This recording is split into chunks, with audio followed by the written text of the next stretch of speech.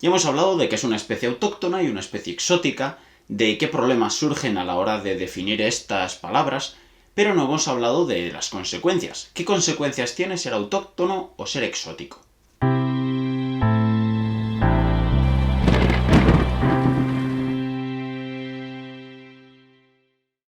Este vídeo es continuación de otro que subí, que si no lo habéis visto, os recomiendo que paréis este vídeo, vayáis a verlo, lo veáis y luego volváis a este vídeo. En el otro vídeo, como ya he dicho, comentábamos qué es ser autóctono y qué es ser exótico y los problemas que surgían a la hora de definir estas dos palabras. Pero, aunque sea algo controversial, es una realidad. Hay especies que se consideran exóticas y que por eso se consideran dañinas, y especies que se consideran autóctonas y que por eso se tienen en alta estima. En este vídeo sobre todo vamos a hablar de las especies exóticas, y lo vamos a hacer desmintiendo 3 mitos, que además tenemos como muy asimilados. Mito número 1. Las invasiones de las especies exóticas merman la biodiversidad y las funciones del ecosistema. Creo que nadie se sorprendería al escuchar esta afirmación, y creo que muy poca gente miraría si esto está basado en datos reales. Hay muchas especies, es verdad, que han causado verdaderos desastres en la biodiversidad, y aquí no estamos para negar lo evidente. La hierba nudosa japonesa, el carrizo, la hierba de pampas, el perejil gigante, la serpiente arborícola marrón, además de conejos, zorros, gatos, etc. Sin embargo, el porcentaje de especies exóticas que causan algún daño a la biodiversidad es mínimo, y os voy a poner algunos ejemplos.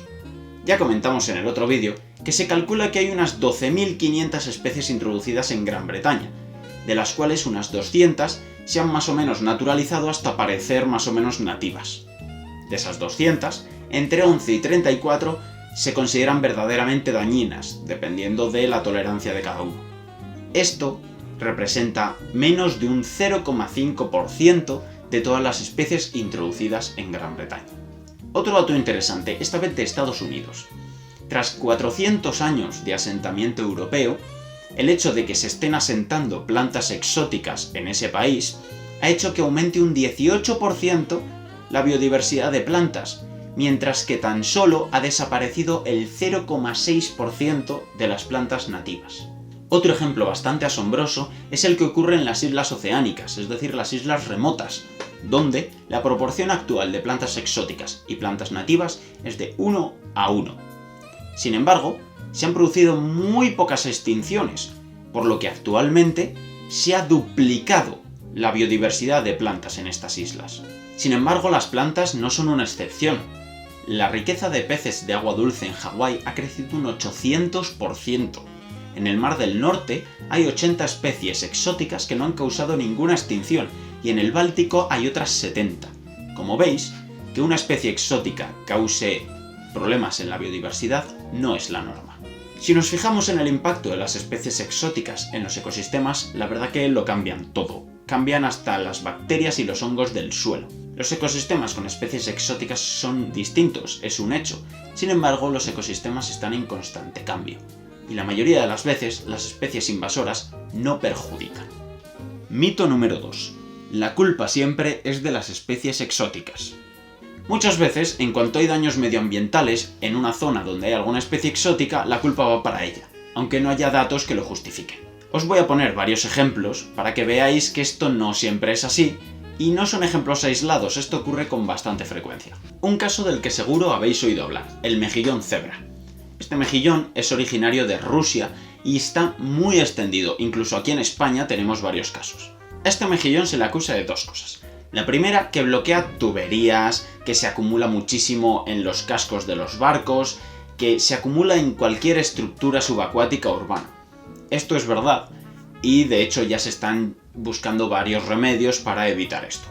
La segunda acusación es que causa la desaparición de algunas almejas nativas de Estados Unidos. Es cierto que las almejas de la familia Unionidae norteamericanas están decreciendo.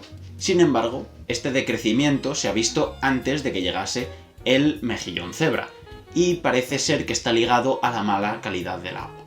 Por otro lado, el mejillón cebra, que es filtrador, aclara el agua, por lo tanto llega más luz, hay más plantas, por lo tanto hay más peces que se pueden alimentar de esas plantas y se produce más oxígeno también. Otro ejemplo es el que ocurrió en Gran Bretaña en los años 60, cuando se vio que la cantidad de aves canoras, es decir, de pajarillos, estaba decreciendo cuando se expandieron los gavilanes y las urracas, que se alimentan de muchos de estos pajarillos. Enseguida se les echó la culpa a ellas dos. Sin embargo, fue todo pura coincidencia, porque en otras zonas de Gran Bretaña donde no estaban estos depredadores, también se estaba reduciendo el número de pajarillos. La causa, la intensificación de la agricultura. Y ya para terminar este mito, el último ejemplo, el del taray. Es un género de plantas que habita en África y Europa y que se extendió a Estados Unidos en el siglo XIX porque se usaba en jardinería. En cuanto se expandió y se naturalizó, se situaba en la ribera de los ríos y se le culpó de varias cosas. La primera, que consumía más agua que el resto de plantas, por lo tanto disminuía el nivel del agua. La segunda, que salinizaba el suelo, por lo tanto impedía que creciesen otras plantas. Y la tercera, que afectaba negativamente al papamoscas saucero, que es una especie amenazada. Cuando se empezó a erradicar el taray, se vio que el nivel de agua no volvía a subir. La culpa no era del taray, sino de la construcción de embalses, de la extracción desmedida de agua y del aumento del pastoreo, que creaba unos ambientes más secos y salados, donde pocas especies podían habitar y entonces el taray lo aprovechaba. Respecto al pajarito que desaparecía, se vio que no tenía ningún problema de anidar en las formaciones de taráis, con lo cual no hay ningún motivo para acusarlo de su desaparición. Bueno, creo que ya he dicho ejemplos suficientes para que os hagáis una idea de por dónde van los tiros. Mito número 3. Los nativos son buenos y los exóticos son malos. Este mito ha ocultado el hecho de que las especies nativas también causan a veces problemas medioambientales, sobre todo cuando se ven incentivados por las acciones humanas. Como siempre, vamos con un ejemplo. Este es el río Columbia, donde habitan numerosos alevines del salmón del Pacífico. Últimamente, este río ha sufrido muchas modificaciones por presas, dragados, canales artificiales, etc. Lo que ha favorecido numerosos depredadores del salmón, como por ejemplo la pagarza piquirroja, el cormorán orejudo, la carpa gigante, la foca común del Pacífico, el león marino de Steller o el león marino de California. Rápidamente se han llevado a cabo medidas para reubicar, controlar o acabar con estas especies, pero los resultados han sido nulos o medios, sobre todo porque esa no es la raíz del problema. Además, esto ha tenido ciertas consecuencias sociales.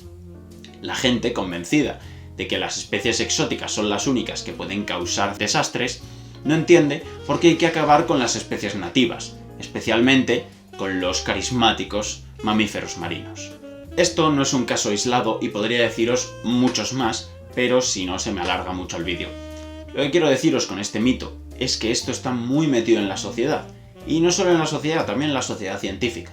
Por ejemplo, en 2011, en la revista Invasion Biology, una de las más importantes, se publicaron 246 artículos sobre especies exóticas invasoras, y solo uno sobre especies nativas invasoras. Y esto no es porque no haya casos de especies nativas invasoras, sino porque se cree, casi sin excepción, que las especies nativas son seres afables que no causan ningún tipo de daños. Y ya está, estos son 3 de los muchos mitos que circulan alrededor de las especies invasoras. Con este vídeo no estoy queriendo decir que no haya especies exóticas que causen verdaderos daños medioambientales, que las hay. Sin embargo, estoy queriendo mostrar cuál es la realidad de esta situación. 1. Que la mayoría de las especies invasoras no causan ningún tipo de daño, incluso que hay algunas que son beneficiosas. 2. Que los problemas medioambientales no siempre son de las especies invasoras, sino la mayoría de las veces son de nuestras perturbaciones desmedidas. Y 3. Que no por ser nativo tiene que ser bueno, y no por ser exótico tiene que ser malo. En el siguiente vídeo, que ya cierra esta trilogía, vamos a comentar algo que seguro que ya habéis estado pensando a lo largo de estos vídeos. ¿Qué tenemos que hacer en respuesta a esta situación? Y hasta aquí este vídeo, espero que os haya gustado, que hayáis aprendido algo nuevo. Recordad que tenéis la bibliografía en la descripción, que podéis seguir al canal de Instagram para ver un contenido distinto, y nos vemos en el próximo vídeo.